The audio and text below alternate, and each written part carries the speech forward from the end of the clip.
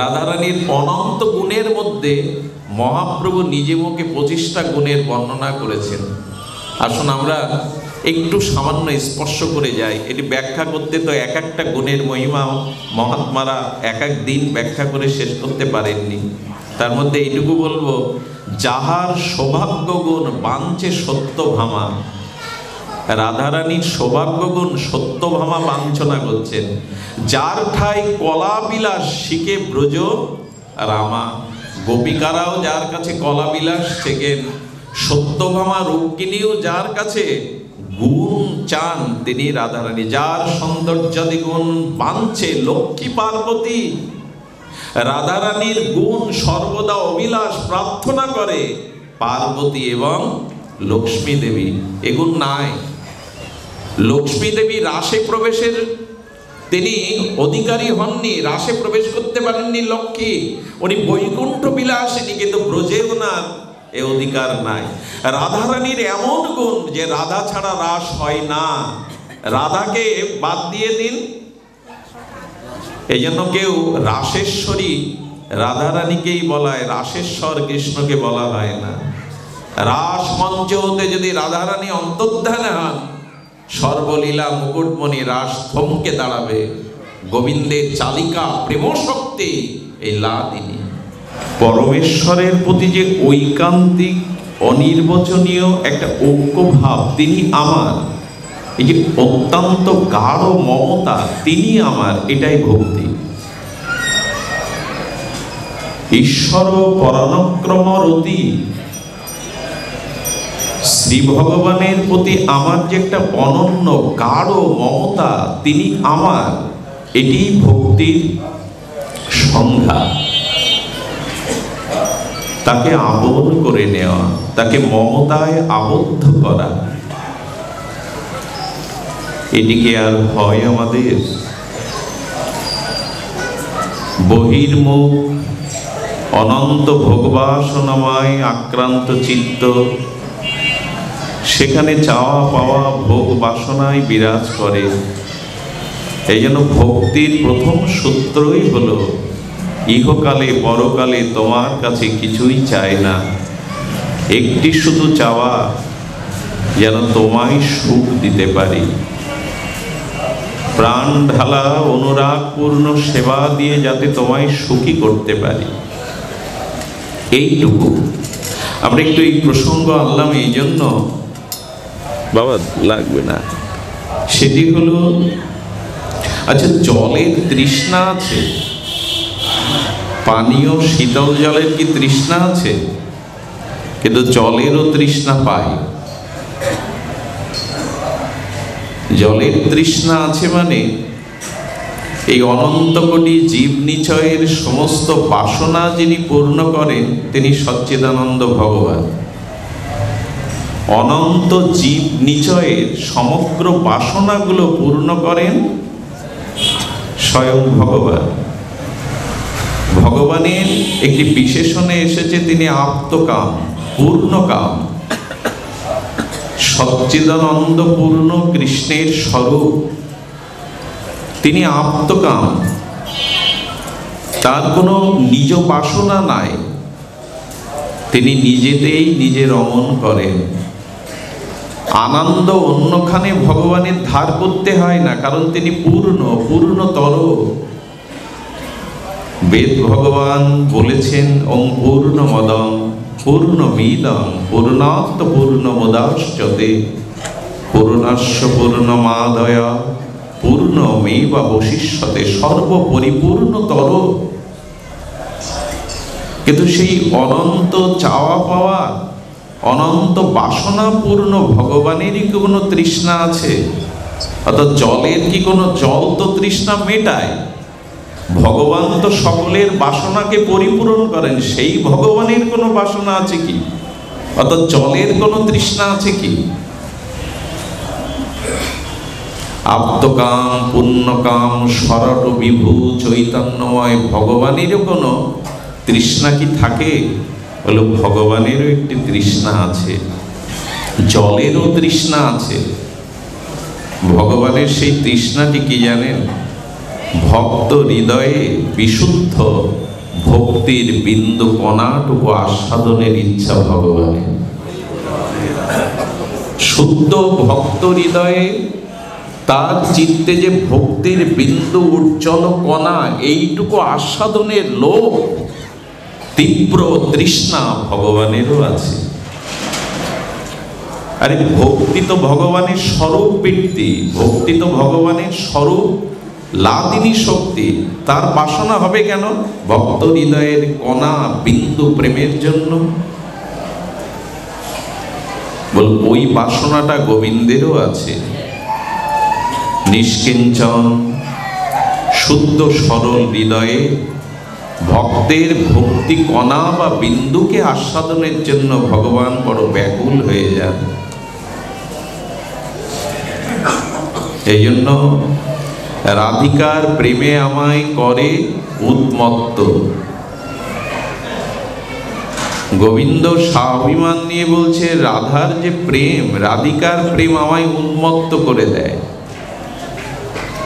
ভগবানের তৃষ্ণা কতটুকু দেখুন।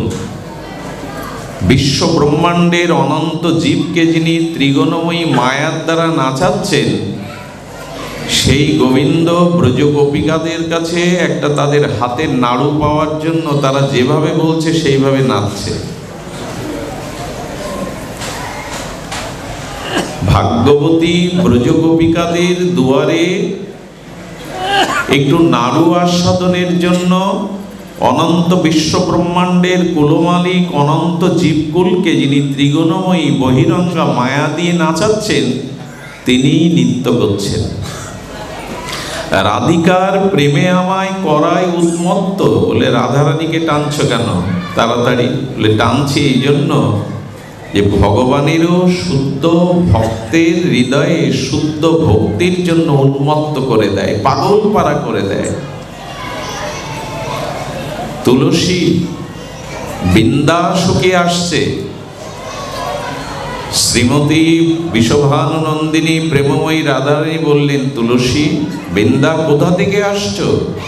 রাধাকুণ্ড তীর হতে।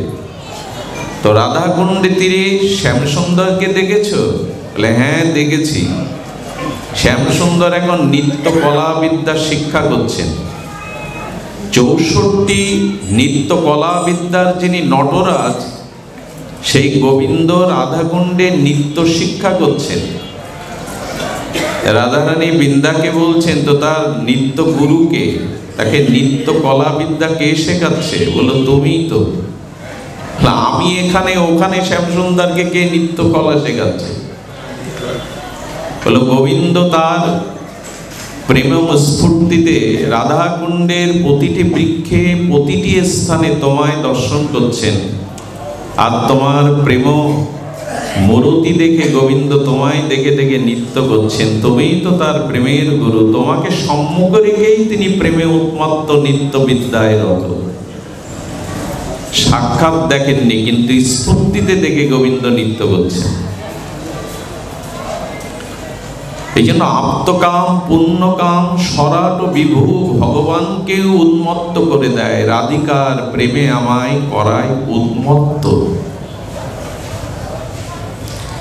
স্বয়ং ভগবানেরও তৃষ্ণা জাগে আপনার আমার হৃদয়ের যে বিশুদ্ধ কেবলা নিষ্কাম প্রীতি ভক্তির বিন্দু আস্বাদনের জন্য ছুটে আসেন তিনি, ছুটে বেড়ান তিনি ওইটুকু প্রেমের জন্য। এই জন্য ভগবানের প্রতি আমাদের যে ব্যাকুলতা, একটা বাসনা, তীব্র বাসনা, তাকে সুখী করার, তাকে আনন্দ দেওয়ার, এটুকুই ভক্তি মার্গে আমাদের বিশেষ প্রয়োজন। কিন্তু আমরা এই স্তরে প্রায়শ যেতে পারি না, কারণ একটা অভিশাপ নিয়ে আমাদের জন্ম। প্রতিটি জীব, প্রতিটি মানুষ একটা অভিশাপ মাথায় নিয়ে জন্মেছে। খুব ধ্যান দিয়ে শুনুন। সেই অভিশাপ হলো জন্মের সাথে সাথে আমাদের হৃদয়ে, আমাদের মস্তকে একটি বাসনা, অভিশাপ এসে ভর করেছে, নিজ সুখ বাসনা। আমরা আমাদের সুখ চাই। এই যে নিজ সুখের বাসনা, এটা অভিশাপ। অপরকে সুখী আমরা কতটা করি জানি না, কিন্তু নিজে সুখী হতে চায়। এই নিজ সুখ পাওয়ার দ্বন্দ্ব সংঘাতে বর্তমান পৃথিবী দাবাগ্নির মতো জ্বলছে। অন্যকে সুখ দেওয়ার ভাবনা আমাদের মধ্যে প্রায়শ থাকে না। নিজের স্বার্থ, নিজের সুখের জন্য পৃথিবীতে দাবাগ্নির মতো জ্বলছে আজ। পরিবার, ব্যক্তি, রাষ্ট্র, বিশ্ব। অপরকে সুখী করবার যতদিন চিন্তা না আসে না, এটা তো বললাম ওই যে অভিশাপ নিয়ে জন্মেছি। একটি হলো অনিত্যতা, আর একটি হলো সসুখ বাসনা। অভিশাপ হলো এই দুটি। অনিত্যতা মানে আমাদের এই পৃথিবীর প্রপঞ্চময় কোনো জিনিস নিত্য নয়, কোনো জিনিস চিরদিনের নয়, ফুরিয়ে যায়। মায়ের স্তনে দুগ্ধ যেমন সন্তান বেশি দিন পান করতে পারে না, কারণ প্রকৃতির নিয়মে মাতৃপক্ষে মাতৃস্তনে দুগ্ধ ফুরিয়ে যায়, শুকিয়ে যায়। আর সন্তানও তার বাল্যাবস্থা থেকে কিশোর হয়ে যায়। সন্তানেরও তখন মায়ের কোড় যেমন মানায় না, আর প্রকৃতির নিয়মে মায়ের বুকে দুগ্ধ আর থাকে না। এ সংসারের নিয়ম হলো কোনো কিছু স্থায়ী থাকে না। এই জন্য এখন কোনো কিছু স্থায়ী আপনি এখানে পাবেন না। বহমান স্রোতস্বিনী নদীর মতো এই জগৎ সংসারে যা কিছু অস্থায়ী, অনিত্য। এই জন্য এখানে কিছু আঁকড়ে ধরতে চেষ্টা করবেন না। যে বস্তু আঁকড়ে ধরেছেন তার থেকে আপনি হয়তো বিদায় নেবেন নাই, সেই বস্তু আপনার থেকে বিদায় নেবে। এই অনিত্যতা একটা অভিশাপ এই জগতের, এখানে স্থায়ী কিছু নয়। আর একটা অভিশাপ হলো আমরা নিজের সুখ চাই, সকলের কাছ থেকে নিজের সুখটা আদায় করতে ব্যস্ত, অন্যকে সুখী করার চিন্তা আমাদের মাঝে প্রায়শ নাই। এই জন্য এই দুটো অভিশাপ আমাদের মাথার উপরে জন্ম থেকেই ভর করেছে। একটু বিপরীত চিন্তা করতে হবে। মাঝে মাঝে মনে পড়ে, এক মহাত্মাকে প্রশ্ন করেছিলাম, মানুষ এত দুঃখী কেন এখন? তিনি উত্তর দিলেন, মানুষের জীবনে চাওয়া পাওয়া পূর্ণতার কারণে যত দুঃখ নয়, অন্যকে সুখী দেখে সে সব থেকে বেশি দুঃখ পায়। নিজের চাওয়া পাওয়া পূরণ হয়নি, এজন্য একটা দুঃখ আছে, যা চেয়েছি তা জীবনে পাইনি। কিন্তু এর থেকে বড় বেশি দুঃখী হয় মানুষ অন্যের সুখ দেখে। এটাই দুঃখের এক মূল কারণ দার্শনিকরা এখন ব্যক্ত করছে। একজন 2 তলা সুরম্য একটা অট্টালিকা করেছে, আর একজন পথে প্রান্তরে থাকা হতচ্ছাড়া দরিদ্র হতভাগ্য, সে কোনো রকমে পেপার টেপার দিয়ে তার 2 তলার একটা ছায়াতে ওইখানে বাস করে। যখন পেপারটা খুব গরম হয়ে যায়, তখন ওর থেকে ওই 2 তলার ছায়াতে এসে পুত্র কন্যা সে আনন্দ হিল্লোলে গল্পে আনন্দে কাটায়। 2 তলা থেকে মালিক দেখছে আমারই দোতলার ছায়াতে বসে ও হাসছে, খেলছে, আনন্দের উচ্ছ্বাস বইছে তরঙ্গ। আরে আমার বাড়ি, আমার ছায়াতে আনন্দ ভোগ করছে, অত আমার সুখ নেই। এই দেখতে দেখতে বলছে, দাও 2 তলাটা ভেঙে দাও, ছায়া যেন ভোগ করতে না পারে। সেই হতদরিদ্র পথ প্রান্তরের মানুষটি বলল, তুমি ছায়া কেড়ে নিতে পারো, কিন্তু বৃক্ষের ছায়া বৃক্ষ কেড়ে নেবে না, বৃক্ষতলেই আমার শান্তি। আমরা অন্যের কল্যাণ না চাইলে নিজের কল্যাণ হয় না। এটি আমাদের অপরের কল্যাণই নিজ কল্যাণের প্রসূতি। মনে পড়ে তো কিছু কথা আছে, খুব সুন্দর দৃষ্টান্ত হয়ে দেখা যায়, সহজ হয় বুঝতে। দেবতার কাছে প্রার্থনা করে করে, তপস্যা করে করে দেবতাকে সন্তুষ্ট করেছে। দেবতা বলছে, বর নাও। প্রভু, যে অবস্থায় যেখানে আমার প্রয়োজনীয় আমি যা কিছু চাইবো, সে আশা আকাঙ্ক্ষা যেন পূর্ণ হয়। দেবতাও চালাক, দেবতার কম চালাক না। দেবতা বলছে, তোমার বর আমি দিতে পারি যে অবস্থায় যে পরিস্থিতিতে তোমার কাম্য বস্তু চাইবে, তোমার প্রার্থিত বস্তু তুমি পাবে, কিন্তু তোমার পাশের বাড়ির তোমার থেকে ডবল হবে। রহস্যটা তখনও বুঝতে পারি, বলে আমার হলেই হলো। তো বর চেয়ে কুড়ে ঘরে ভাবছে ঘরটা একতলা হলে ভালো হতো, একতলা হয়েছে, কিন্তু সকালে উঠে চোখ ছানা বড়া, পাশের বাড়ির দুতলা। এই তো না খাওয়া নেই, হৃদয়ে জ্বলছে মাৎসর্যে, তপস্যা করলাম আমি, ধ্যান করলাম আমি, দেবতাকে সন্তুষ্ট করলাম আমি, বর নিলাম আমি, আমার একতলা ওর দুতলা, আর ঘুম নাই। এরপরে সেই মাৎসর্যের যন্ত্রণায় জ্বলতে জ্বলতে বলছেন ওর ক্ষতি করার দরকার। তো যখন সম্পদ চাইলো, পাশের বাড়ির তার দ্বিগুণ সম্পদ হয়ে গেল, আরো জ্বালা বেড়ে গেল। মানুষের জীবনে শত্রুতা বাড়ে দুটো কারণে, লিখে নিন হৃদয়ে। মানুষের জীবনে শত্রুতা বাড়ে দুটো কারণে, মূল কারণ দুটো। যখন আপনার সম্পদ এবং সম্মান বাড়বে, যখন আপনার জীবনে সম্পদ এবং সম্মান আসবে, তখনই আপনার শত্রুতা বাড়বে। তো ওর সম্পদও পাশের বাড়ির বেড়ে গেল। একদিন তীব্র মাৎসর্যের যন্ত্রণায় কাতরে বলছেন আমার একটা চোখ বন্ধ হয়ে যায়। তার মানে ওর কটা হবে? আমার একটা হলেও যদি দ্বিগুণ হয়, তো আমার একটা চোখ অন্ধ হবে। এর বলছেন অন্ধ তো ওকে করলাম, কিন্তু ওকে তো মেরে ফেলাই দরকার, শেষ করাই দরকার। বলছেন আমার বাড়ির সামনে বড় একটা কুয়ো হোক, ও তো মানে অন্ধ হয়ে গেছে, কুয়োয় পড়বে, ওর দুটো কুয়ো হবে, ও চলতে গেলে পড়ে মরবে। আসলে এই লাভটা কি? অপরকে সহ্য করতে শিখুন, অপরের কল্যাণ, অপরের মঙ্গল, অপরের সুখটাকে সহনশীলভাবে মেনে নিতে শিখুন। মাৎসর্য থাকলে এ পথে এগিয়ে যাওয়া যাবে না। মনে পড়ে একটি ঘটনা, একজন গোবিন্দ মন্দিরে ঘৃত প্রদীপ জ্বালাতেন। তো সেই ঘৃত প্রদীপ প্রজ্বলিত করতেন, আর একজন দরিদ্র ব্যক্তি দূর থেকে দেখতো, সামর্থ্য নাই, কি দিয়ে দেবতার মন্দিরে, গোবিন্দ মন্দিরে প্রদীপ প্রজ্বলন করব।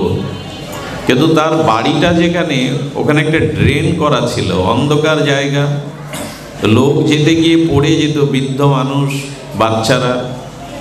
উনি করতেন কি, ওনার তো ঘৃত নেই, ভালো প্রদীপ নেই, কাঠের ওপরে কাপড়ের ভাঙা জড়িয়ে প্রাচীন দিয়ে আলো জ্বালিয়ে রেখে দিতেন, যাতে মানুষ ওই পথটা আসা যাওয়া করতে পারে। এদের মৃত্যুর পরে যিনি ঘিয়ের প্রদীপ গোবিন্দ মন্দিরে দিতেন, তাকে আমাদের যিনি পাপ পূর্ণের বিচারক যম মহারাজ, তাকে একটু নিচু স্থান দিলেন, সুযোগ সুবিধা কম দিলেন। আর যিনি কাঠের উপরে ভাঙা জ্বালিয়ে প্রাচীন দিয়ে ওই অন্ধকারের পতিত পথটা আলোকবর্তিকা জ্বালাতেন, তাকে উচ্চ স্থানে সিংহাসনে, তাকে সেবক দিয়ে চামর বিজন ভালো সেবার ব্যবস্থা করলেন। বললেন আপনার বিচারে ভুল হলো না, আমি তো গোবিন্দ মন্দিরেই প্রদীপ জ্বালতাম, ওর এই সুব্যবস্থা আমার ব্যবস্থায় আপনার বিচারে কিছুটা ভুল হলো না? বলে ভুল হয়নি। গোবিন্দ মন্দিরে তুমি প্রদীপ না জানলেও মন্দিরে প্রদীপ নিয়মিত প্রচলিত, তো ওখানে প্রদীপের খুব বেশি প্রয়োজন ছিল না।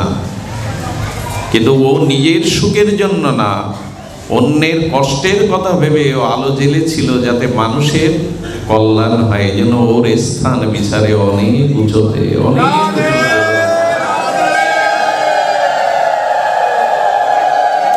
আমাদের সনাতন ধর্ম পরমত সহিষ্ণু। পৃথিবীর ইতিহাসে সনাতনীরা, সনাতন ধর্ম পরমতকে, পৃথিবীর এমন কোনো ধর্ম নাই যে পরমতকে তারা এতটা মান্যতা দেয়। এই জন্য আমাদের উচিত হলো আমাদের চলার পথটা মসৃণ করা। ভক্তি অনেক উপরের জিনিস, কিন্তু প্রাথমিকতা হলো আমাদের মনুষ্যত্বটা, মানবতাটা, পরহিত চিন্তাটা আগে আসা। সেটা অন্যের কল্যাণের চিন্তা না এলে এ পথে চলা যাবে না। এই জন্য শাস্ত্র বলেছেন যে আগে ক্ষুদ্র ক্ষুদ্র এই স্বার্থ ত্যাগ করতে শেখো, কামনা বাসনা ত্যাগ করতে শেখো, নিজের সুখের বাসনাটা জলাঞ্জলি দাও। যদি তা দিতে পারো তখন কি হবে? তখনই তুমি ভক্তিপথের অধিকারী হবে। দেখুন, ভাগবত সঙ্গ করলে তিনটি জিনিস বা তিনটি বল, তিনটি শক্তি আমরা পেয়ে যাই। একটু ধ্যান দিয়ে শুনুন। যখনই আমরা সৎসঙ্গ করি, ভাগবত সঙ্গে আসি, তখনই আমাদের তিনটি প্রাপ্তি আসে, তিনটি বল আসে। শ্রোতাদের আসে শ্রদ্ধা বল। এখানে অনেক মানুষ আছেন, আমি তাদের চরণেরও যোগ্য না, তাদের চরণের ধুলিরও যোগ্য না, কিন্তু কতটা শ্রদ্ধাশীল হয়ে, কত জ্ঞানী গুণী সজ্জন আপনারা নিচে বসে শ্রদ্ধার সহিত শুনছেন। শ্রদ্ধা কাকে বলে জানেন?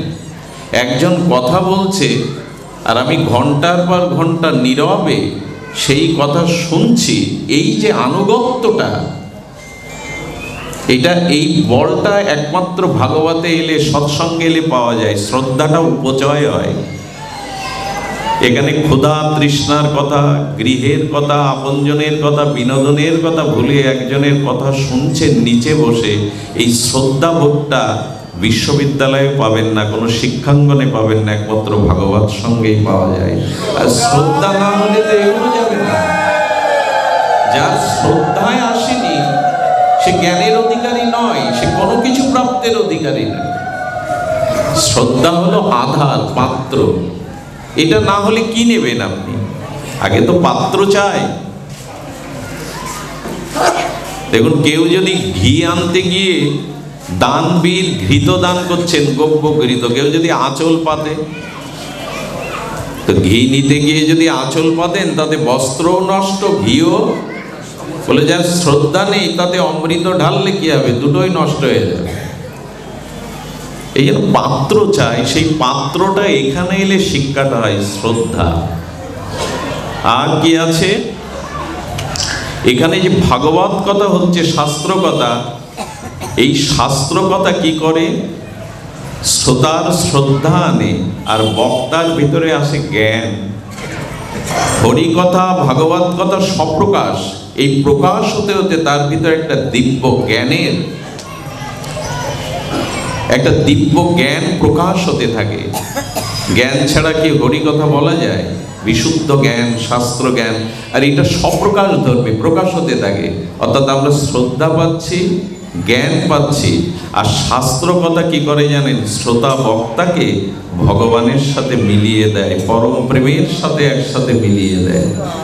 এই তিনটি ক্রিয়া ভাগবত সঙ্গে একসাথে, এই তিনটি বল একসাথে পাওয়া যায়। শ্রদ্ধা, জ্ঞান এবং শাস্ত্র আমাদের পরম প্রিয় ভগবানের সাথে আমাদের মিলন ঘটিয়ে দেয়, তাকে আপন করে দেয়।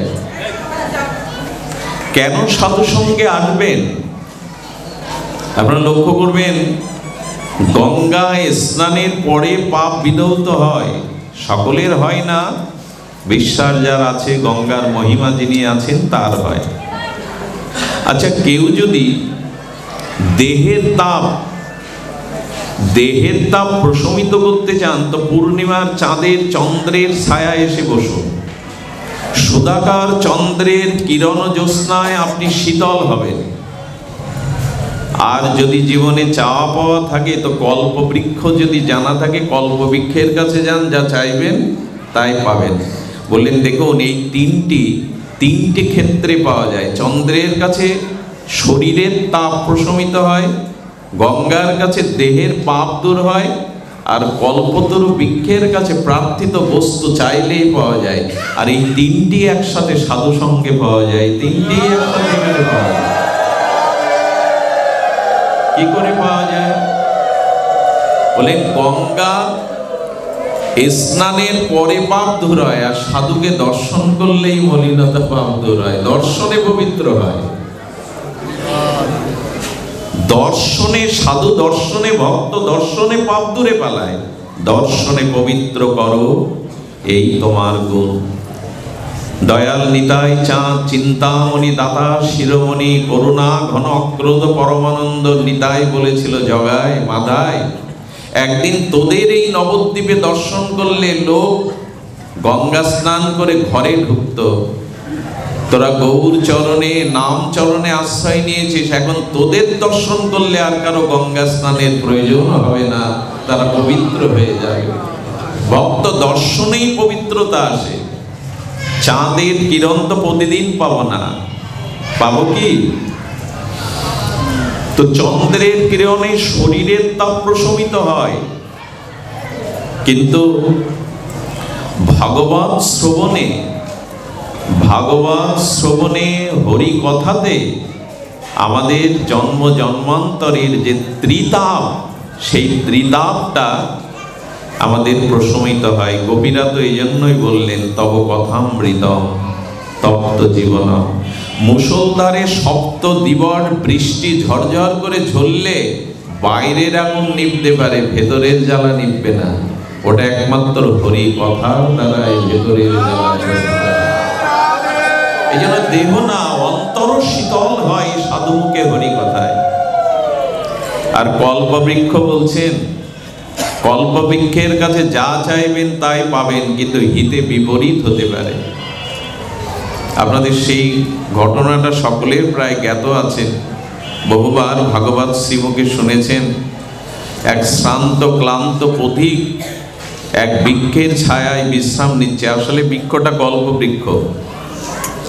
সে ক্ষুধার্ত, তৃষিত, বলছে যদি পানীয় শীতল জল হতো, যেহেতু কল্পবৃক্ষ জল এসে গেছে স্বর্ণ থালায়, বাহ। দ্বিতীয়বার বলছে যদি ক্ষুধার অন্য কিছু আসতো তো অন্নই এসে হাজির। এরপরে যদি বললেন একটা দুগ্ধ ফেনিব, শয্যা পেতাম, খাওয়া দাওয়া হয়ে গেছে, এখন অলসতা আসছে, শয্যাও তৈরি হয়ে গেল। একজন দাসী যদি পেতাম পদসেবা করবার, দাসীও হাজির। এত সুখ একসাথে চাওয়া মাত্র পাওয়াতে মনে করছে এখানে বাঘ যদি আসে একটা, সব শেষ।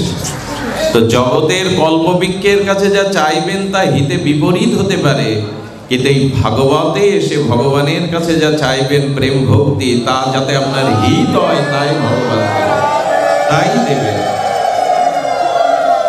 এই জন্য ভক্ত সঙ্গ আমাদের করা একান্ত প্রয়োজন। গোস্বামীপাদরা বলছেন এই জন্য যে দেখুন, মানুষের চিত্তে ভগবানের প্রতি মমতা, একটু প্রীতিকণা, একটু ভালোবাসা পাওয়ার জন্য ভগবান খুব ব্যাকুল।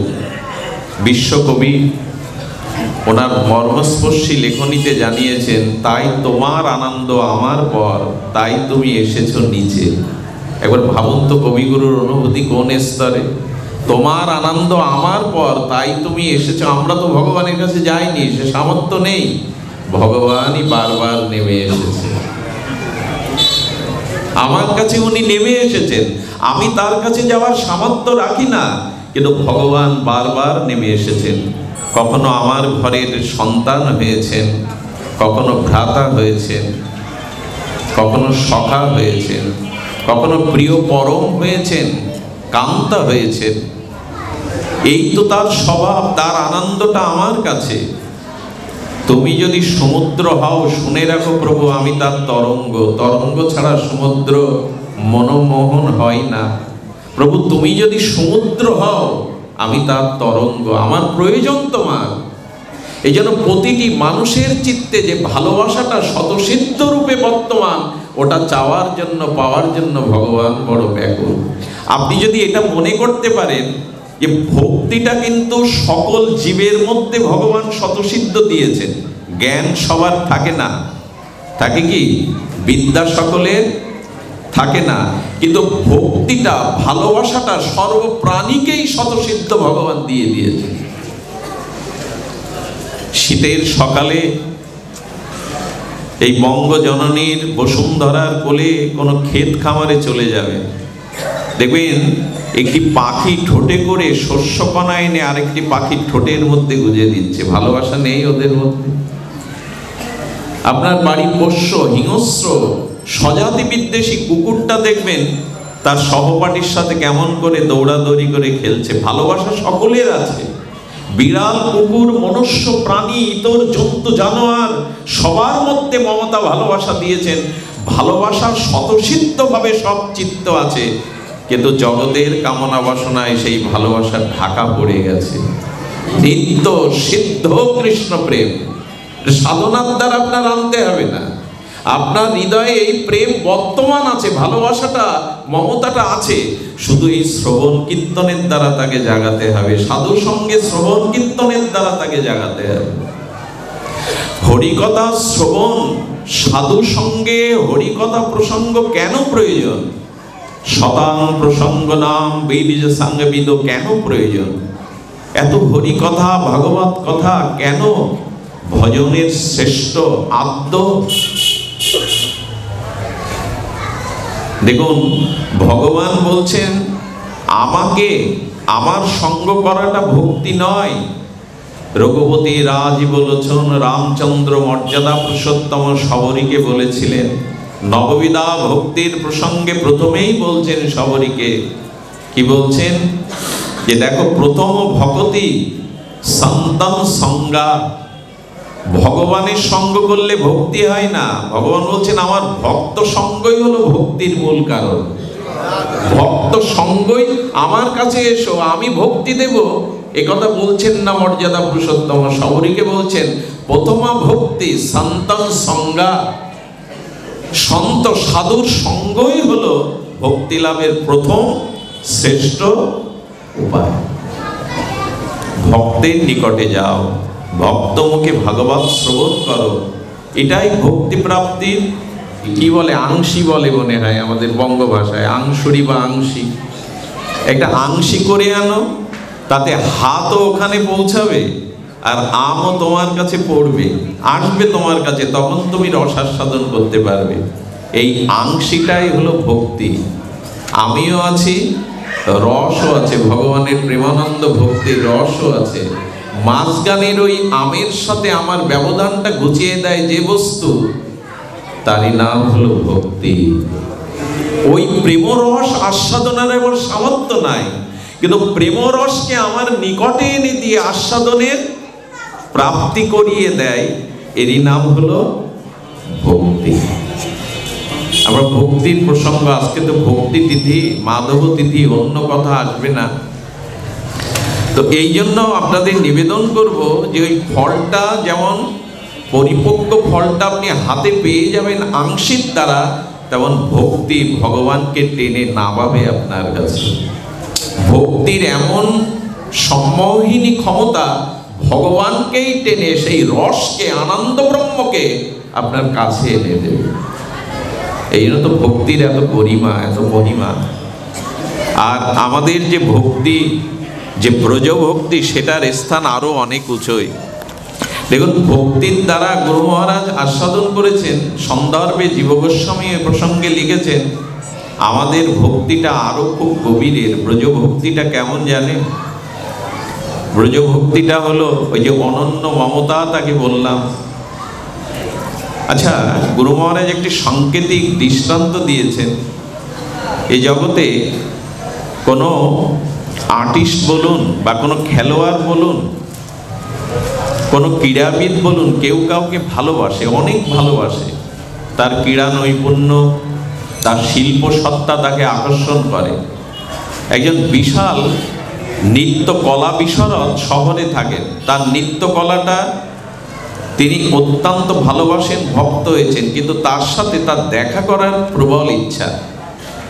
এক গুণীজন বললেন, তাকে এত ভালোবাসো, তার নৃত্য কলা এত তোমার মনের আর অনুরাগ সৃষ্টি করে, তো তাকে একবার দেখে এসো না, খুব ধ্যান দিয়ে শুনুন। তো সে কষ্ট করে ঠিকানা জোগাড় করে দেখতে গিয়ে দেখে এখন সে বিশ্রাম নিচ্ছে। আয়নার বাইরে দিয়ে দেখলো উনি বিশ্রাম নিচ্ছে, বলে এইটুকুই আমার আনন্দ, তাকে দেখেছি। ফিরে এসে সেই বিজ্ঞ বলছেন, তাকে দেখে এসেছো?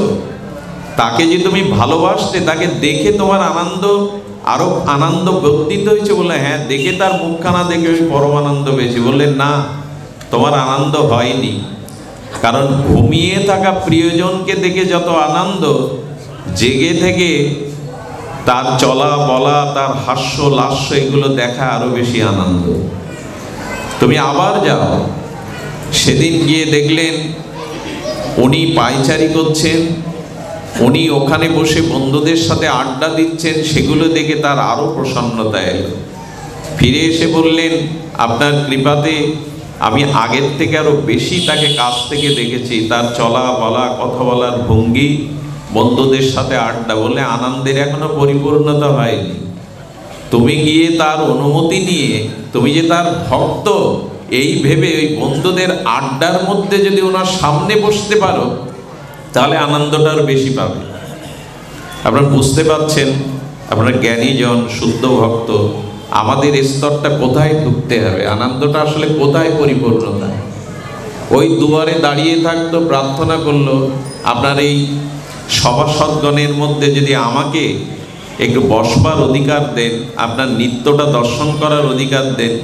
এইভাবে গতাগতি করতে করতে বললেন, তুমি আর কি যাবে, আমার সাথে সাথেই নিত্য কলার যারা আমার সেবকবৃন্দ আছে তাদের একজন হয়ে যাও, নিত্য অনুশীলন করো। আচ্ছা, সেই নিত্য অনুশীলন করে ওনার সাথে রঙিন রঙ্গমঞ্চে যখন একসাথে নৃত্য করে, তখন তার আনন্দটা পরিপূর্ণতা পায় কিনা। তেমন ভগবান আমাদের সবার হৃদয়ে আছেন, কিন্তু সুপ্তভাবে আত্মরূপে ভগবান অধিষ্ঠান আছেন, তাকে পাওয়াটা আনন্দের পরিপূর্ণ না। সাধুগুরুর কৃপায় আরো তার কাছে যান, আরো তার নিকটে যান ভজন সাধন দ্বারা। যেতে যেতে যেদিন ওই নিত্য লীলাতে, ওই ভগবান লীলাতেই তিনি, ব্রজ লীলাতেই তিনি সখা করে, প্রিয় করে আপনাকে নিয়ে নেবেন, সেই দিন আপনার আনন্দের পূর্ণতা পাবে। কথাটা আমার বোঝানোর ক্ষমতা নাই। ভগবান আছেন এ জেনে লাভ কি, সবাই জানে। ভগবান আছেন আমার হৃদয়ে আছেন এ জানাটা জানা না। ভগবানের নিকটে যান, তাকে দর্শন করুন, তার দিব্য লীলা মাধুর্য আস্বাদন করুন, তার নিজজন হয়ে, তার লীলা সঙ্গী হয়ে তার লীলার রস আস্বাদন করুন। এই প্রাপ্তিটা মহাপ্রভু আমাদের দিয়ে গেছেন। তাকে সখা রূপে আস্বাদন করো, তাকে পুত্র রূপে আস্বাদন করো, এমনকি তাকে প্রিয় জ্ঞানে, কান্তা প্রেমিক জ্ঞানে প্রেমিকা হয়ে তাকে ভালোবাসো। এই অধিকার মহাপ্রভু দিয়েছেন আমাদের। এই সংবাদটা সমস্ত সংবাদের ঊর্ধ্বে শেষ সংবাদ, এটা ব্রজ ভক্তি। তাকে একটা আপনত্বের বন্ধনে বেঁধে তার লীলাতে যুক্ত হয়ে যাও, আনন্দটা তো ওইখানে। আজ পর্যন্ত রাধারানীর এই নিত্য লীলাতে কজন গেছে জানেন? তার সংখ্যাটাও জগৎগুরু কবিকুল মুকুটমণি রসাচার্য রূপ গোস্বামী দিয়েছেন 20,08,000 রাধারানীর সখী। কয়জন? ওনারা তো নিত্য সখী মঞ্জরি। এভাবে ভজন করতে করতে রাধারানীর নিত্য লীলাতে 20,08,000 জন পৌঁছে গেছেন। ওর মধ্যে আপনারও অধিকার আছে, যদি আপনি রাধারানীকে সর্বস্ব দিয়ে ভজন করেন, আপনিও সেখানে যেতে পারেন। আমি কোনো ভ্রান্ত সংবাদ আপনাদের দিচ্ছি না, এই অধিকার আপনার আমাকে মহাপ্রভু দিয়ে গেছেন। এই অধিকার মহাপ্রভু আপনাকে আমাকে দিয়ে গেছেন। আপনি করি আস্বাদনে শিখাইল জগজ্জনে, প্রভু চিন্তামণির প্রভু ধ্বনি। নাহি জানে স্থানাস্থান, যাকে তাকে কইল দান, মহাপ্রভু দাতা শিরোমণি। এই রাগ ভক্তি, এই ব্রজ ভক্তি, আজকের পরিবেশটা খুব শান্ত, এই জন্য এই প্রসঙ্গটা এলো। আমাদের অধিকারটা ওইখানেই, আমরা তারই, অন্য কারো নয়। তার নিত্য লীলাতে আপনার মনে আছে, ব্রজে এক বাবাজি মহারাজ, তিনি রাধারানীর, আচ্ছা তুলসী মঞ্জরিতে তো আমরা প্রার্থনাটা সারা জীবন জানিয়ে আসলাম, এই মনের অভিলাষ বিলাস কুঞ্জে। আচ্ছা গাইছি তো সেই জায়গাটা কোথায়? সেখানে যাওয়া হবে না, সে যাওয়ার জন্য ব্যাকুলতা জাগবে না। এই নিবেদন ধরো সখীর। একটা কথা বলি, মহাপ্রভু আমাদের স্বরূপ পরিচয় দিয়েছেন, আমরা কৃষ্ণ দাস। এ পরিচয় সত্য, কিন্তু এর উপরেও একটা মহাসত্য আছে, সেটা হলো আমরা রাধারানীর দাসী, আমরা রাধারানীর কিঙ্করী। এটি মহাসত্য, আমরা রাধারানীর কিঙ্করী। বৃষভানুনন্দিনীর এই নিত্য লীলাতে পৌঁছাতে পারেন আপনি, এটা অবাস্তব কোনো সংবাদ নয়। মহাপ্রভু এই সংবাদ দিয়েছেন রাগ ভক্তি। তিনি বলেছেন, আত্মানাং চিন্তায়ত তত্র তাসাং মধ্যে মনোরমাম রূপ যৌবন্য সম্পন্নাম কিশোরীং প্রমাদাকৃত্যে। শ্রী গুরুদেব কাম বীজ কাম গায়ত্রী দিয়ে আপনাকে মঞ্জরি সাধনা দিয়ে দেবেন। এই আত্মার উপরে, আত্মা নারীও না পুরুষ না, আত্মার উপরে আপনাকে রাধারানীর একটা সখী রূপ দিয়ে দেবেন, আপনাকে বসন দিয়ে দেবেন, স্বভাব দিয়ে দেবেন। আর ওই চিন্তা করতে করতে করতে করতে যেদিন চিত্ত শুদ্ধ হবে, রাধারানী টান দিয়ে আপনাকে তার নিত্য লীলাতে নিয়ে নেবেন। এই সংবাদ মহাপ্রভু দিয়েছেন। যদি বলেন কি পাগলের প্রলাপ বকছো, আমরা ওইখানে যাব, যেতে পারে। শুনুন তাহলে সেই মর্মস্পর্শী ঘটনা। আমাদের মথুরাতে অন্য সম্প্রদায়ের একটা যুবক ছেলে মথুরায় রাধা মাধবকে দেখতে যেতেন। খুব বেশি দিন আগের ঘটনাটা। এবং সে সনাতনী ছিল না, অন্য সম্প্রদায়ের ছিল। এই জন্য তাকে অনেকেই নিষেধ করতো, মন্দিরের ভেতরে যেতে দিত না। বাইরে দিয়ে রাধারানীকে দেখত আর চোখের জলে ব্যাকুলতা জানাতে, হে রাধে, হে প্রেমময়ী, তোমার চরণ দেখতে, তোমার বদন দেখতে আমার ভালো লাগে। কেন লাগে জানি না, পূর্বে হয়তো কিছু সংস্কার ছিল, কোনো কারণে অন্য জাতিতে গেছে। তার পিতামাতার কাছে সংবাদটা পৌঁছে গেল। বাড়িতে নিয়ে পিলারের গায়ে বেঁধে রক্তাক্ত করে পেটালো। কেন যাস? কেন এই দুর্নাম নিতে হয় আমাদের? আর যাবি না। ভালোবাসা কখনো বেঁধে রাখা যায়? ভালোবাসাকে আটকানো যায় না। নদীর প্রবল স্রোতকে বাদ দিয়ে আটকানো যায় না। ওই অনুরাগের প্রীতির টানে আবার চলে যায়। পেছন দিকে কত গালি, কত কলঙ্ক, কত কত দৈহিক যন্ত্রণা, কষ্ট ভোগ করতে হলো। একদিন মনের ব্যাকুলতায় ললিতাকে বলছে, ললিতা, পারো না এই স্তর থেকে আমাকে তোমাদের স্তরে নিয়ে নিতে, যেখানে কেউ আর বাধা দেবে না রাধারানীকে দর্শন করতে? নাও না। নিবেদনটা যখন আন্তরিকভাবে করে দিয়েছে, কি বলবো, ললিতা সখী ওর হাত ধরেই টেনে নিয়ে ফেললেন দুমন বনে। ব্রজমণ্ডল 84 কোষের মধ্যে আজও একটা বিস্ময়কর জায়গা আছে, দুমন বন। যদি সৌভাগ্য হয় একবার যাবেন। 200-300 বছরের কাঠ পড়ে আছে, কেউ ওখানে স্পর্শ করেন। আমার ভাগ্য হয়েছিল ওখানে যাওয়ার। সে ওখানে অশ্বত্থামা এখনো আছে। অশ্বত্থামার 4 যুগে অমর ওখানে আছেন। এক বাবাজি বলেছিল, এখানে যদি কেউ সঠিকভাবে ভজন না করে, সেই রাত্রেই সর্বাঘাতে তার মৃত্যু হয়। একটা পাতাও কেউ ওখান থেকে কুড়িয়ে নিতে পারে না। পদগুলো কেমন রচনা, পাতা শেষে পাতাগুলো সরিয়ে একটা পদ রচনা করে দেয়। একটা বনলক্ষ্মীর বনসভা, নির্জন ভজনস্থলী। ওর মধ্যে দীর্ঘ কিছু বছর পরে এক বাবাজি দেখেছিল ওই ছেলেটাকে, ওর মধ্যে নিত্যলীলায় ও ডুবেছিল। আগের সে আর নাই। আমাদের সিদ্ধ নামনিষ্ঠ সিদ্ধ নিদ্রাজয়ী মহাপুরুষ বিজয় কৃষ্ণ গোস্বামী একবার গিয়েছিলেন বৃন্দাবনে। ওনার একজন প্রিয় বান্ধব, উনি রাধারানীর চিন্তা করতে করতে পড়লেন, দেহ ত্যাগ করলেন। আর ওই দেহ থেকে 13 বছরের এক কিশোরী বালিকার রূপ ধরে কে যেন লীলার দিকে ছুটে গেল। বিজয় কৃষ্ণ গোস্বামী দেখলেন এই জঙ্গলের মধ্যে কেউ বাস করে না, এখানে কোনো ব্রজবাসী নেই। এই বালিকাকে সাধনে ভাবিবে যাহা, সিদ্ধ দেহে পাবে তাহা। এই সাধারণ আপনি যা ভাববেন আপনি তাই তো হবেন। ওই যে কাঁচ পোকাটাকে নিয়ে যায় না?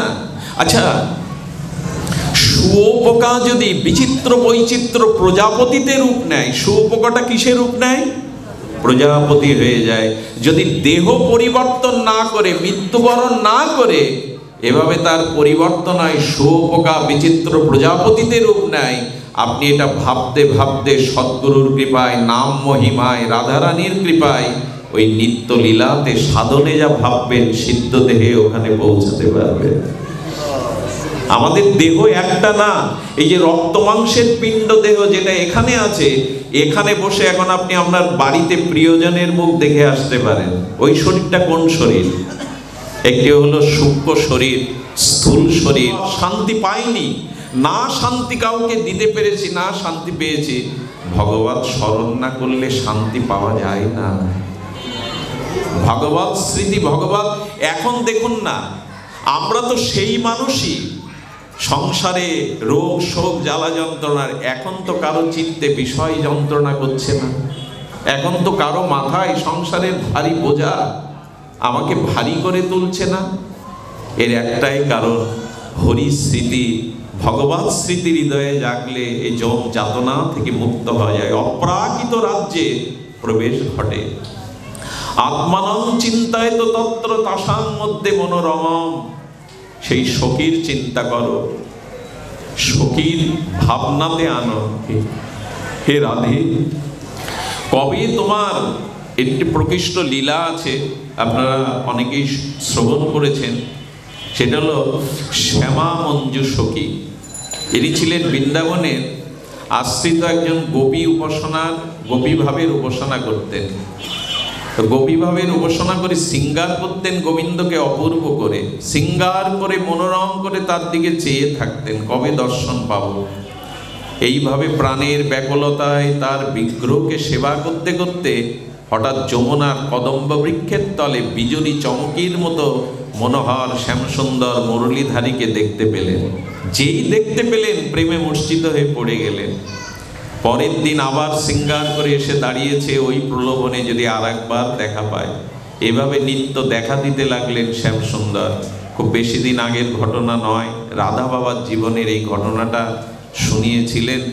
উনি কি করতেন, এইভাবে দেখতে দেখতে শ্যামসুন্দরকে দেখেন, তখন আর মূর্ছা যান না, নয়ন ভরে সেই অপরূপ সৌন্দর্য মাধুর্যের পরকাষ্ঠা ত্রিভঙ্গ ঠাম অরিন্দম সুন্দর ব্রজনাথকে নয়ন মনে দেখে আপ্লুপ্ত হয়ে যায়, ভাবে বিভোর হয়ে যান, কিন্তু হাতে যে কিছু নেই তাকে সেবা করবে।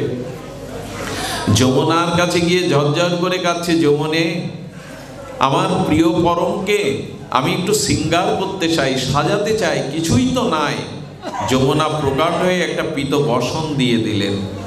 ওই বসনটা শ্রী গোবিন্দকে দর্শন করে স্বাদ হলো তাকে শৃঙ্গার করবার। ভালোবাসলে তাকে হাতে করে সেবা করতে স্বাদ হয়। ভালোবাসার দুটো লক্ষণ, এই দুটি লক্ষণ না থাকলে জানবেন ভালোবাসা আপনার ভিতরে জন্মায়নি। সে জাগতিক হোক আর পরমাত্মিক ভালোবাসা, ভালোবাসার দুটো লক্ষণ, তার কথা সর্বদা তার মনে পড়বে, মনে জেগে থাকবে তার কথা, আর হাতে করে সেবা করতে খুব স্বাদ হবে তাকে। তো পীতবরণধারী শ্রী গোবিন্দ অরিন্দমকে সেই বসন দিয়ে যখন সাজালেন, সেই অপরূপ সজ্জায় খুশি হয়ে গোবিন্দকে একটা তাম্বুল দিয়েছিলেন, পান। সেই পানটা অর্ধ চর্চিত চর্বণ করে গোবিন্দ একটু প্রসাদী করে তার হাতে দিয়েছিলেন। কিন্তু হাতে পাওয়ার পর চিন্তা করছেন, তোমাকে পাওয়াটা পাওয়া নয়, যদি বিষভানু নন্দিনী কিশোরীর সাথে তোমাকে পেতাম, তোমাকে পাওয়াটা তো পাওয়া নয়, তোমাকে পাওয়াটা পাওয়া নাই। একা গোবিন্দকে দর্শন করা গোবিন্দ দর্শনের পূর্ণতা নয়। মার্মিক একটা কথা বলি, এক গোবিন্দকে দর্শন করাটা গোবিন্দ দর্শনের পরিপূর্ণতা নাই, যুগল দর্শনই হলো পরিপূর্ণতা। গোবিন্দ তুমি ভুবন মোহন হতে পারো, তুমি মদন মোহন হতে পারো না যদি বামে শ্যামা না থাকে, রাধারানী না থাকে। তুমি ভুবন মোহন, এতে কিছু যায় আসে না। তুমি বিশ্বমোহন, ভুবন মোহন, এতে কিছু আসে না। কিন্তু তুমি মদন মোহন হতে পারবে না যদি বামে রাধারানী না থাকে, বৃষভানু। এই জন্য শ্রীদাম বৃন্দাবন যুগল ভজন ধন মোহে করালো উপদেশ। আমাদের ভজনটা তো যুগলেরই।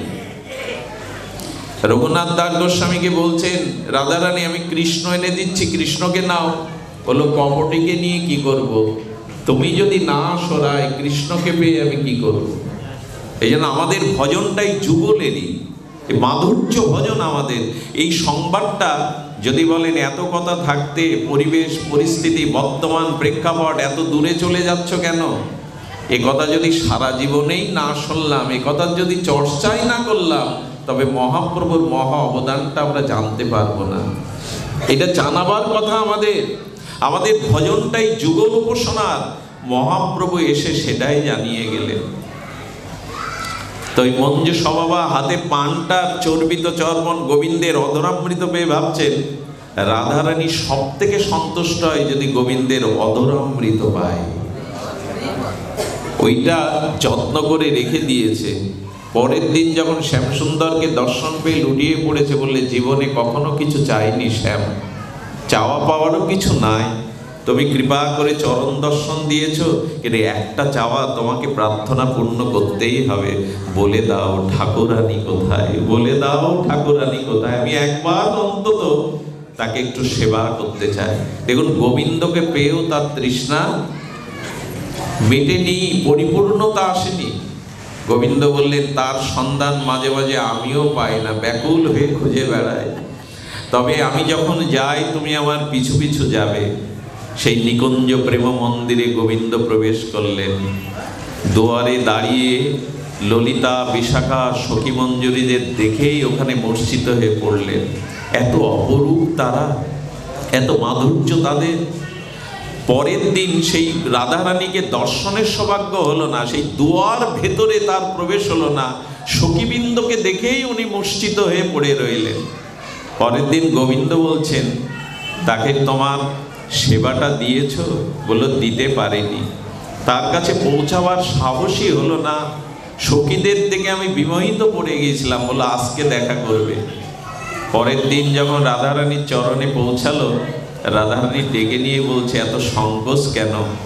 আমার প্রিয় পরমকে যারা এত ভালোবাসে তারা তো আমারই মতো, এসো আমার কাছে এসো। যারা আমার প্রাণ বধূকে ভালোবাসে তারা আমারই তো, তারা আমারই তো, তারা আমার জন, এসো।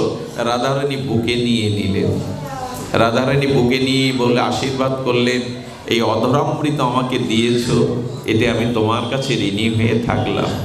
এইটুকু একটু ভালোবাসা, একটু অকৃত্রিম সরল প্রীতি ভালোবাসা তাকে দিয়ে দেখুন।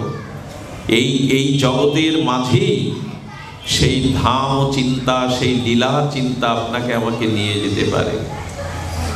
এইখানে বসেই সেটা সম্ভব। এই জন্য অনুরোধ করব, দেহটা পড়ে থাকুক আপনার কর্মে, সংসারে, মন মাঝে নিত্য নিরন্তর সেই লীলায় ডুবে থাকুন। কিঞ্চিত যদি লীলার সাথে কিঞ্চিত আপনার মনের সাক্ষাৎকার হয়ে যায়, আর যেতে পারবেন না। কেমন জানেন, ব্রজে এখন তো কাগজে ছাপিয়ে দেওয়া হয় মঞ্জুরি নামা। আগেকার পুরনো মহাপুরুষরা জানিয়ে দিত শিষ্যকে, তুমি এই সেবা করবে। তো তার এক শিষ্যকে সেবা দিয়েছে, রাধারানীকে সকালবেলা স্বর্ণ বেদির পরে বসিয়ে স্বর্ণ কলসে অগরু চন্দন গোলাপের পাপড়ি সুগন্ধি দিয়ে রাধারানীকে স্নান করাতে, স্নান করার পরে শৃঙ্গার করবে, নূপুর পরাবে, এই হলো তার সেবা।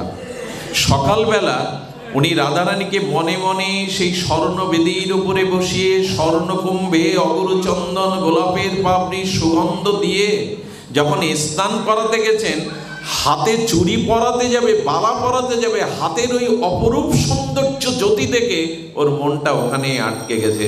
সারা দিন ওই জ্যোতিতে আটকে গেছে, অন্য লীলা, অন্য চিন্তা তার কিছুই হয়নি।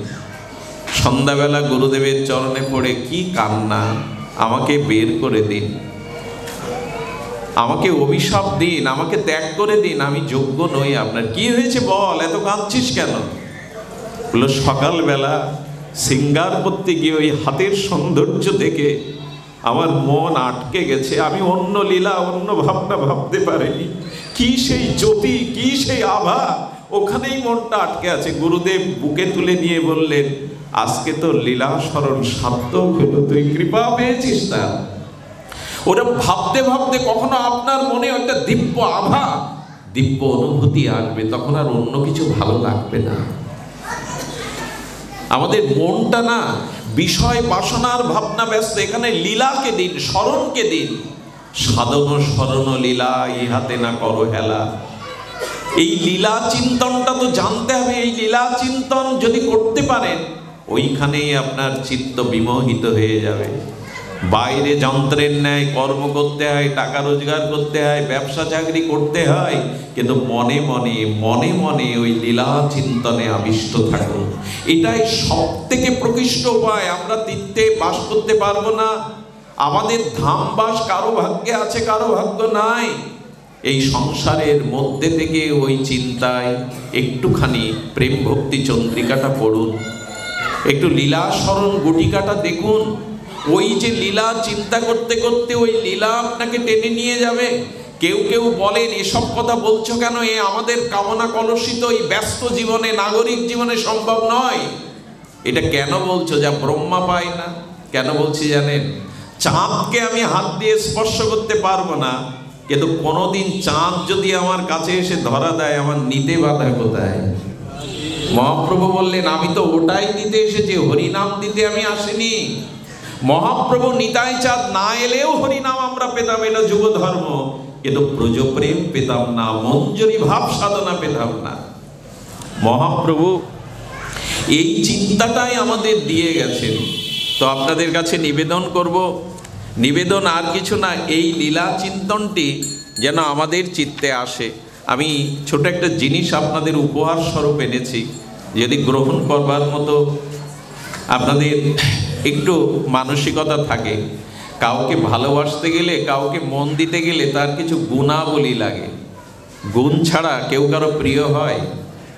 আর প্রিয়তা না এলে কেউ কারোর গুণ দেখে? যেখানে প্রিয়তা সেখানে দেখবেন গুণ দর্শন আছে, আর যেখানে গুণ দেখেন ওখানে প্রিয়তা আসবে। যেখানে কোনো গুণ দেখতে পান না ওখানে প্রিয়তা আসবে না। যেখানে প্রিয়তা নাই ওখানেও কোনো গুণের উপস্থিতি আপনি টের পাবেন না। আচ্ছা, মা সন্তান প্রসব করেছে, কুৎসিত, কদাকার, বিকলাঙ্গ, কদাকার দেখতে। সেদিন ছিল পূর্ণিমা। তা পূর্ণিমার চাঁদ দেখে যেন প্রতিবেশিনী কেউ ওই মাকে বলে, তোমার খোকা কুৎসিত আর আকাশের চাঁদ কত সুন্দর। মা মানবে তো? মা কি এ কথা মানবে? মা বলবে, আকাশের চাঁদকে ধিক্কার, আমার খোকার মুখটা চাঁদের থেকেও সুন্দর। কারণ কি? কারণ আপন করে নিয়েছে। নারীর টান তো, যার প্রতি আপনত্ব থাকে তার ভিতরে গুণ দর্শন আছে, যার গুণ দেখা যায় তার প্রতি প্রিয়তা আপনি থেকে আসে। তো আমরা রাধারানীর 25টা গুণ একটু আজ খুব সংক্ষিপ্ত করে শুনেই পাঠ বিশ্রাম দেব। কটা গুণ? রাধারানীর অনন্ত গুণের মধ্যে মহাপ্রভু নিজে মুখে 25টা গুণের বর্ণনা করেছেন। আসুন আমরা একটু সামান্য স্পর্শ করে যাই। এটি ব্যাখ্যা করতে তো এক একটা গুণের মহিমা মহাত্মারা এক এক দিন ব্যাখ্যা করে শেষ করতে পারেননি। তার মধ্যে এইটুকু বলবো, যাহার সৌভাগ্য গুণ বাঞ্ছে সত্যভামা। রাধারানীর সৌভাগ্য গুণ সত্যভামা বাঞ্ছনা করছেন।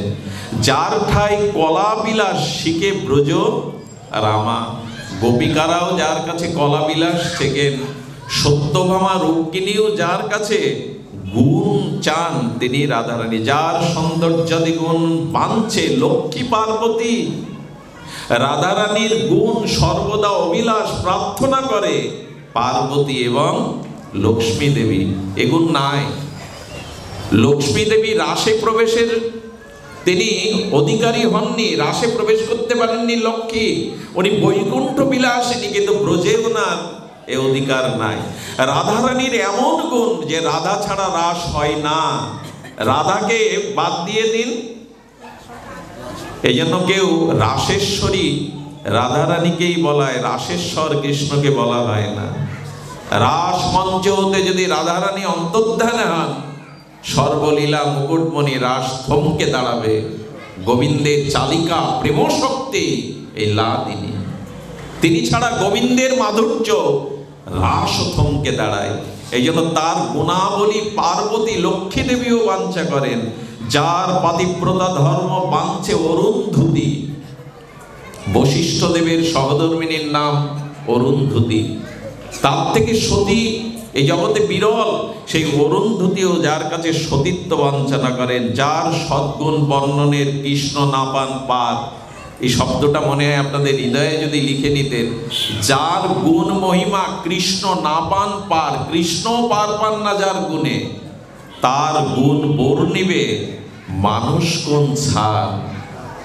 আমার মতো নর্দমার কীটের পক্ষে সম্ভব? যা গোবিন্দও পার পান না যার গুণ, তার বর্ণনা কে করবে? তো মহাপ্রভু কৃপা করে রাধারানীর 25টা গুণের কথা বলেছেন। আমি 2-3টে হয়তো বলতে পারবো। সময়ের দিকে তাকিয়ে আমরা এইটুকু আস্বাদন করব। রাধারানীর প্রথম গুণটা হলো তিনি মধুরা, মধুর। প্রথম গুণটা হলো মধুর।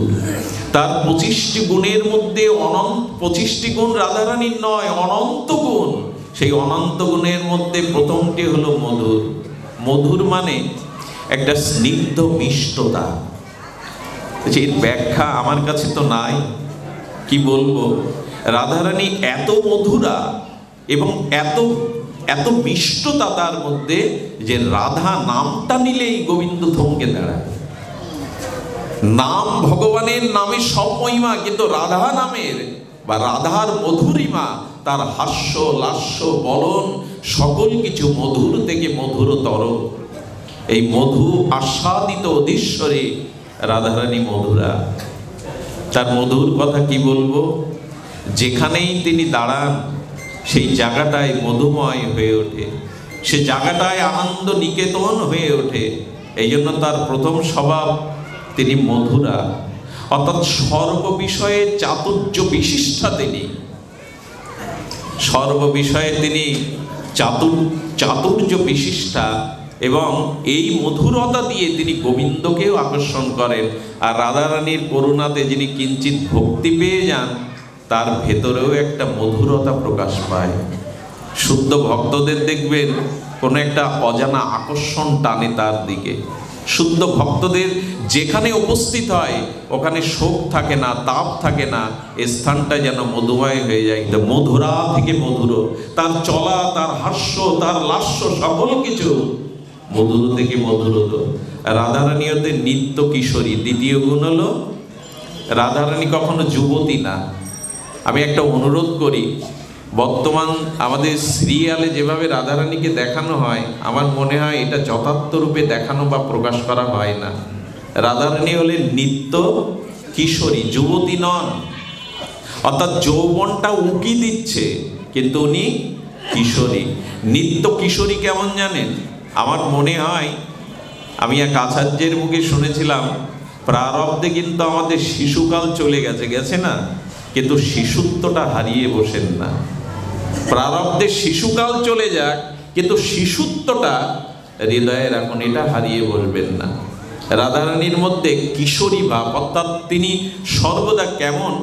কীর্তিদা মা বলছেন, রাধে, আরে দিন দিন বড় হচ্ছিস, তোকে বিবাহ দিতে হবে, আর তুই এখনো কোনো কাজ শিখলে না, যা তো গোশালা থেকে গাভীকে দহন করে আন। রাধারানীকে প্রথম কীর্তিদামা কাজ দিচ্ছেন। রাধারানী দুধের পাত্র নিয়ে যখন গোশালায় গেছেন, একটা সরলা শান্ত গাভীর দিকে তাকিয়ে বলছেন, কি করে দহন করতে হয় তাও তো আমি জানি না। দেখুন কত সরলা, কিছুই জানেন না উনি।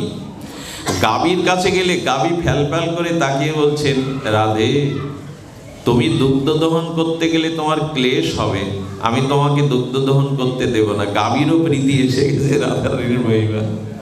তো দূরে দাঁড়িয়ে দেখছেন শ্যামসুন্দর দাঁড়িয়ে আছে। গরুটা করেছে কি, দড়ি কেটে শ্যামসুন্দরের কাছে দৌড়ে গেছে।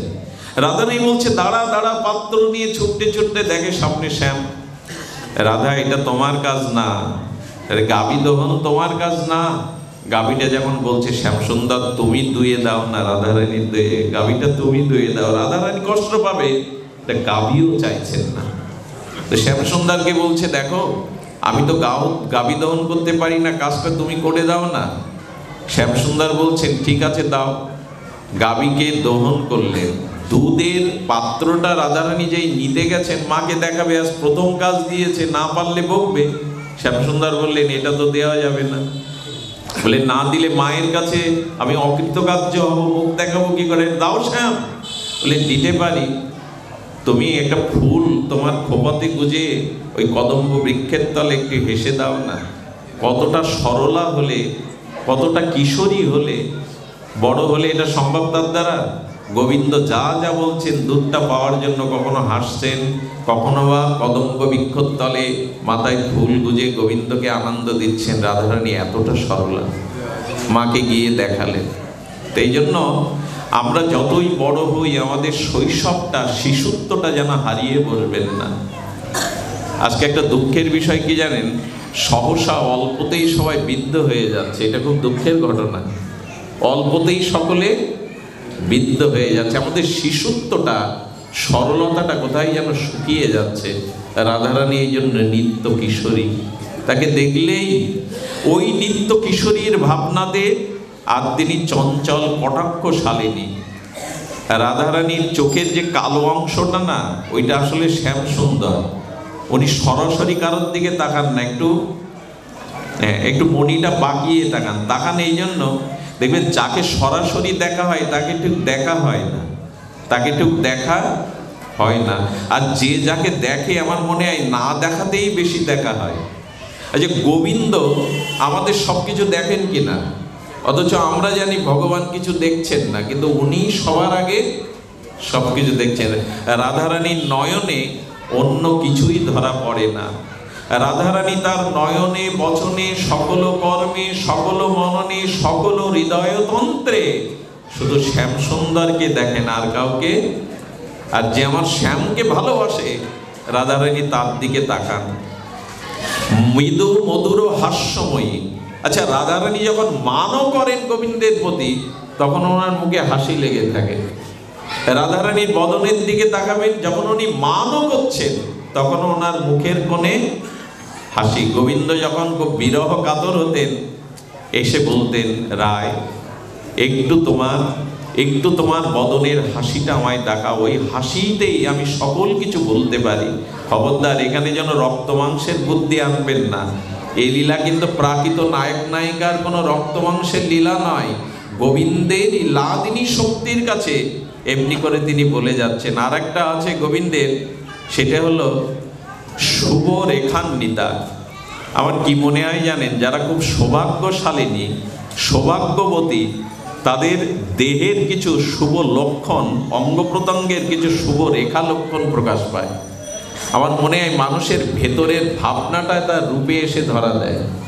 এই জন্য যাদের ভিতরে সৌভাগ্য আছে, তাদের কিছু রেখা, তাদের কিছু বাহ্যিক লক্ষণ। আমি এমনও দেখেছি, রানীর মতো সুন্দরী তারা লোকের বাড়িতে বাসন মাজছেন, অথচ সুন্দরী না, তারা রাজত্ব করছেন। এটার কারণ তিনি সৌভাগ্যশালিনী। রাধারানীর প্রতিটি অঙ্গের মাঝে, যেমন যার গলাতে দেখবেন 3টে রেখা, এই যে গলা ভাঁজ পড়লে যার 3টে রেখা, রাধারানীর গোবিন্দের এই 3টে রেখা, এটা 3টা রেখা সহজে হয় না। যার হয় জানবেন সে অনেক সৌভাগ্যশালিনী।